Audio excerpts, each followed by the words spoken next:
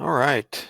Um, hey, for this video, we're going to be looking at some specific exercises in Delta Math. And if, let me get this moved. Here we go. Um, so what I specifically want us to take a look at is how to solve an inequality in Delta Math. This is level 2, linear inequalities in Delta Math. And I I will post this this video to my YouTube channel. So if you want to go on there and check that out, it's nothing special. It's just math videos. So and that YouTube channel is John Christensen. Anyway, so if I let me get this thing moved out of the way, and here we go. So I'm looking at this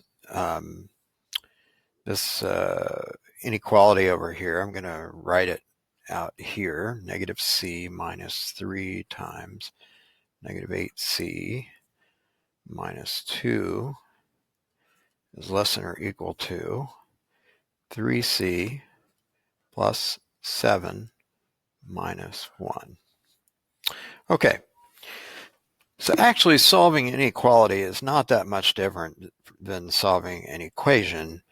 There is a key difference, and we will be looking at that here in a few minutes. But, at the beginning, steps are the same, right? Step 1 of this inequality needs to be that we will simplify each side.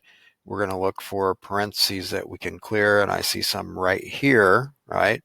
So if I clear this, I'm going to take this negative 3 and apply it to both of those interior terms. And so I get negative c plus 24c, right, plus 6 is less than or equal to this side. And I'm not going to rewrite this side yet. And then we need to combine like terms over here, which we do have some, right? Negative c plus 24c is 23c plus 6. And then I'm going to turn my attention to the other side of this inequality. And I do have something simplified there, 7 minus 1. So I have 3c plus 6.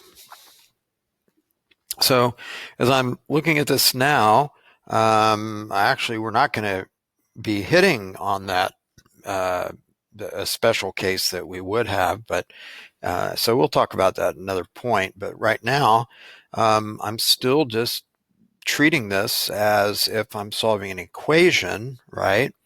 I need to subtract 6 from both sides, and I need to subtract 3c from both sides. That'll get my variables all on one side and my constants all on the other side.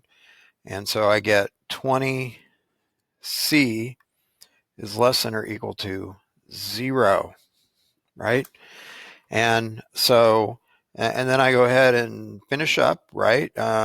Step 4 would be to using the multiplication division properties of equality to divide by 20 on each side. And so c is less than or equal to 0. Okay, so that's what I've got. And so if we go over here and put that in, let's just check it. C is less than or equal to 0. Right there, yes, and that's a good problem. Okay, let's see if we can, we're going to do one more because I just want to make sure that you are on top of this, and I don't want anybody to feel like I didn't cover something well enough, especially me.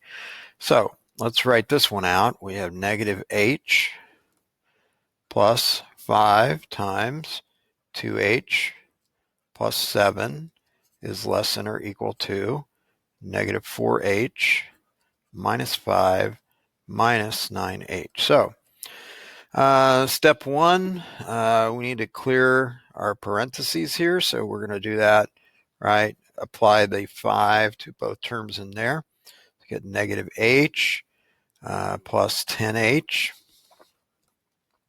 plus 35 is less than or equal to, and then I have the other side, right? And now I've got like terms I can combine here.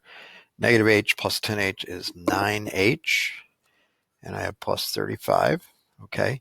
And then is less than or equal to, and then over here I've got like terms on the right side to combine. Negative 4h and negative 9h is negative 13h, and then that's minus 5.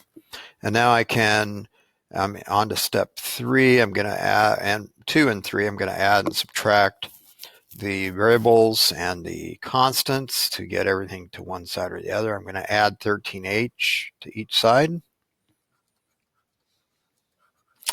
I'm going to subtract 35 from each side. All right. This is basically 2 steps at the same time.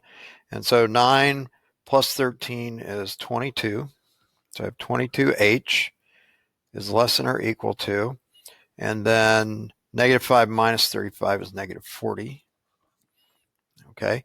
And then we're on step 4, which is to do your division or multiplication as the case may be.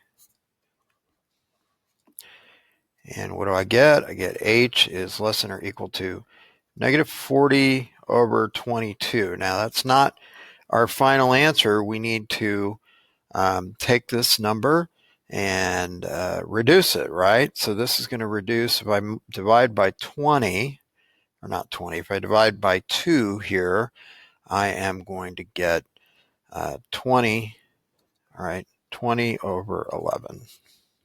And it's negative, of course, negative 20 over 11. So h is less than or equal to negative 20 over 11. So, a good point there to note is that you're not always going to have, right, we're not always going to have good, solid, I need to get this thing out of the way.